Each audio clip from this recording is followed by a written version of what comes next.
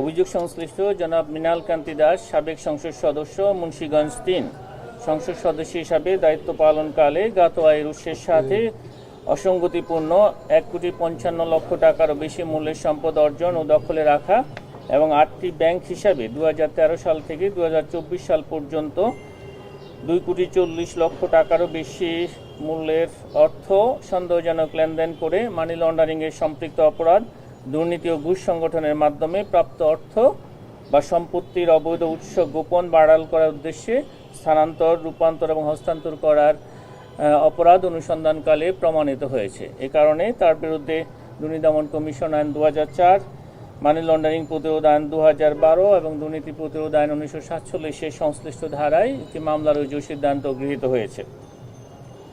অভিযোগ সংশ্লিষ্ট জনাব নীলিমা দাস, তার স্বামী মৃণাল কান্তি দাস, সাবেক সংসদ সদস্য, মুন্সিগঞ্জ ৩-এর সহায়তায় নিজ নামে জ্ঞাত আয়ের উৎসের সাথে অসঙ্গতিপূর্ণ ১,৪৫,০০,০০০ টাকারও বেশি মূল্যের সম্পদ অর্জন ও দখলে রাখা এবং নিজ নামেও ৩০টি ব্যাংক হিসাবে ২০১৩ সাল হতে ২০২৪ সাল পর্যন্ত সময়কালে ১৬,১৯,০০,০০০ টাকারও বেশি সন্দেহজনক লেনদেন করে মানি লন্ডারিংয়ের সম্পৃক্ত অপরাধ, দুর্নীতি ও ঘুষ সংগঠনের মাধ্যমে প্রাপ্ত অর্থ বা সম্পত্তির অবৈধ উৎস গোপন বা আড়াল করার উদ্দেশ্যে হস্তান্তর, স্থানান্তর, রূপান্তর করার অপরাধ অনুসন্ধানকালে প্রমাণিত হয়েছে।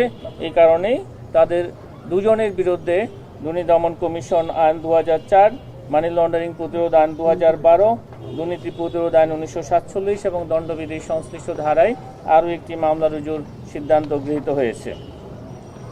আপনাদেরকে ধন্যবাদ। একটু দুটো বিষয় ছিল, আপনাদের একটা নির্দেশনার কথা আমরা শুনছি সাবেক প্রধানমন্ত্রী সহ তার পরিবারের, একটু জানাবেন সেই বিষয়ে।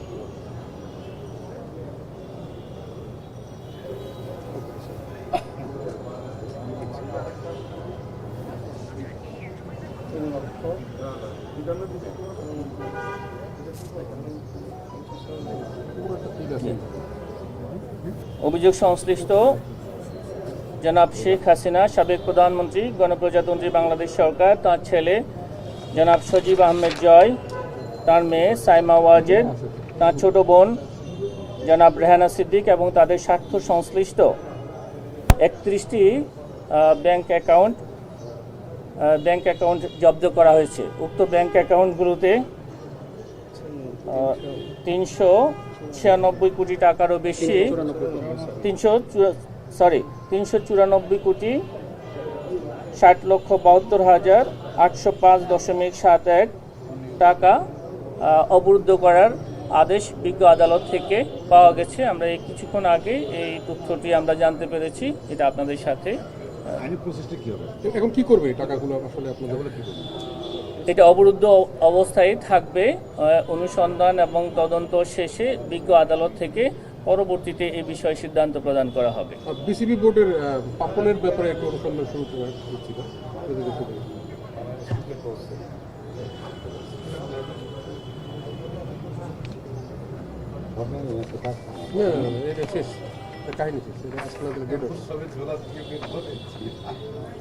অভিযোগ সংশ্লিষ্ট জনাব নাজমুল হাসান পাপন, সাবেক সভাপতি বাংলাদেশ ক্রিকেট বোর্ড এবং সাবেক সংসদ সদস্য কিশোরগঞ্জ ৬ ও প্রাক্তন মন্ত্রী, যুব ক্রীড়া মন্ত্রণালয় ঢাকা এবং ব্যবস্থাপনা পরিচালক বেক্সিমকো ফার্মাসিউটিক্যালস কোম্পানি এবং অন্যান্যদের বিরুদ্ধে বিভিন্ন অনিয়ম ও দুর্নীতির মাধ্যমে বাংলাদেশ ক্রিকেট বোর্ড ও সরকারি অর্থ আত্মসাৎপূর্বক নিজ নামে এবং পরিবারের সদস্যদের নামে দেশি বিদেশি বিপুল পরিমাণ জ্ঞাত আয় বহির্ভূত সম্পদ অর্জন সহ বেক্সিমকো ফার্মাসিউটিক্যাল কোম্পানিতে কর্মরত জামাত ও অন্যান্য কর্মকর্তাদের যোগসাজশে হুন্ডির মাধ্যমে বিদেশি অর্থ পাচারের অভিযোগে ইতিমধ্যে অনুসন্ধান শুরু করা হয়েছে।